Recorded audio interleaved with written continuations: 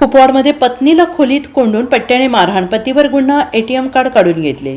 कौटुंबिक वादातून पतीने पत्नीला कमरेच्या पट्ट्याने मारहाण करून 2 दिवस खोलीत कोंडून ठेवल्याचा धक्कादायक प्रकार समोर आला आहे.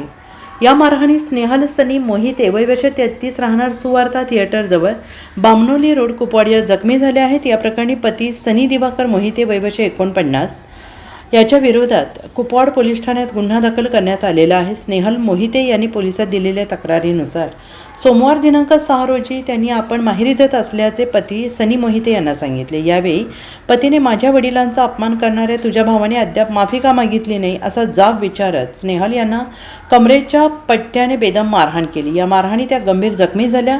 मारहाण केल्यानंतर सनी यांनी स्नेहल यांच्याजवळ ATM card, bank passbook, chequebook आणि मोबाईल काढून घेतला आणि त्यानंतर त्यांना 2 दिवस एका खोलीत कोंडून ठेवले. शनिवार दिनांक 11 रोजी सायंकाळी त्यांची या बंद खोलीतून सुटका झाली. त्यानंतर त्यांनी कुपवाड पोलीस ठाण्यात धाव घेऊन पतीविरोधात तक्रार दाखल केली. पोलिसांनी संशयित पती सनी मोहिते याच्या विरोधात गुन्हा दाखल केला असून पोलीस अधिक तपास करत आहेत. Bureau report, SPN Marathi, Kupwad.